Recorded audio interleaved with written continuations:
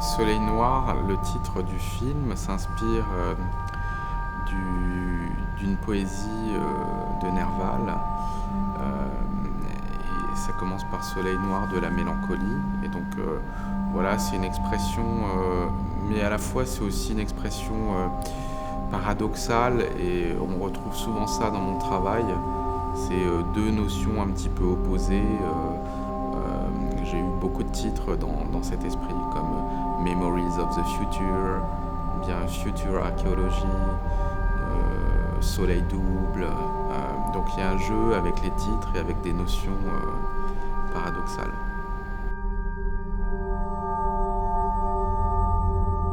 Et donc cette exposition est née quand même de la relation entre ces éléments qui découpent l'espace et l'espace de cette architecture.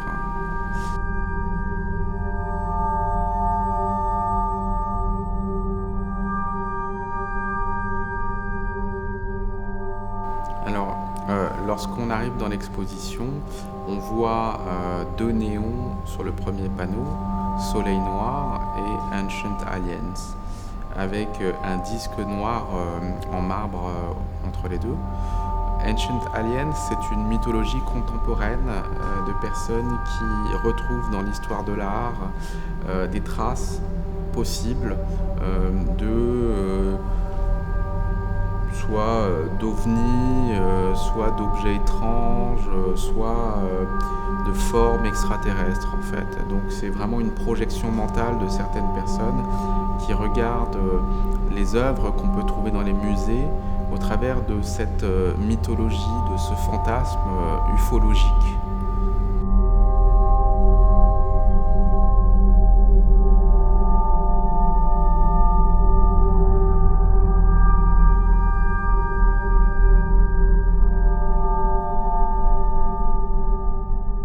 Donc dans l'exposition, on retrouve plusieurs signes prélevés autour de cette idée. Il y a un ovni dans le ciel d'une peinture du XVIe siècle.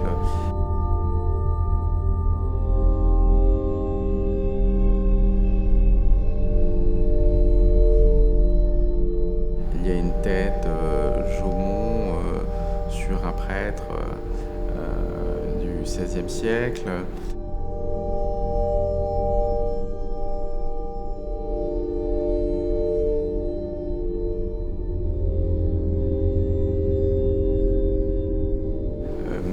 Il y a une soucoupe trouvée à Hitachi.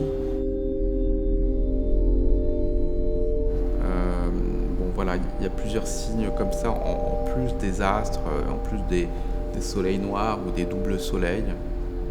On retrouve dans différentes périodes et différentes techniques des signes autour de cette mythologie contemporaine en fait.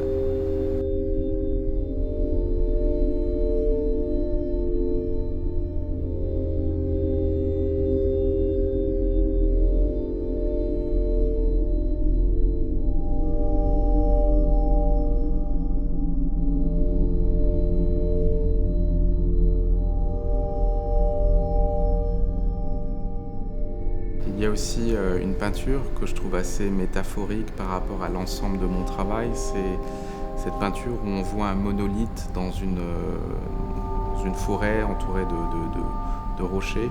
Et en fait, c'est un monolithe qui existe réellement au Japon et dont on ne connaît pas l'origine, la fabrication et la période. Et c'est encore une fois ces mythologies ou ces histoires réelles qu'on a trouvées lors de nos recherches et qui,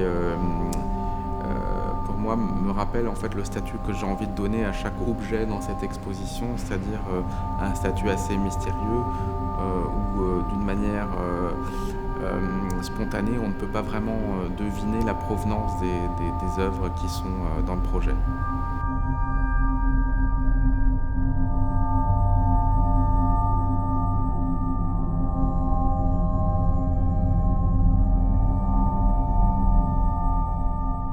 Donc le projet repose aussi sur différents systèmes de croyances et la manière dont les personnes inventent des histoires ou vivent avec l'histoire. Comment certaines mythologies apparaissent par rapport aux ovnis, mais aussi comment certaines pratiques cachées, comme la religion catholique au Japon, qui était réprimée, se sont organisées. Le masque, par exemple, montre comment l'arrière contient un message caché, en fait. Et donc, ça, pour moi, ça rejoint une préoccupation sur encore ce flottement du statut des œuvres et le fait qu'une même œuvre puisse avoir plusieurs significations.